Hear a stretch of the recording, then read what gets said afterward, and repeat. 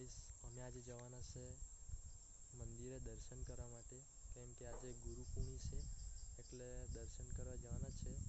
મોવારે ગામ કાકરી મોરા જલારામ બાપાનું મંદિર છે અને હનુમાન દાદાનું પણ છે મંદિર. તો દર્શન કરવા જવાના છે તો તમને પણ દર્શન કરાવીએ. તો ચાલો જલારામ બાપાનું મંદિર અને હનુમાન દાદાનું મંદિર તો જોઈ લો. આ અમારું મંદિર છે મોવારિયા કાકરી મોરાનું મંદિર. અમે આવી ગયેલા છે, હવે દર્શન કરવા જવાના છે. તો ચાલો દર્શન કરાવીએ તમને જલારામ બાપાના.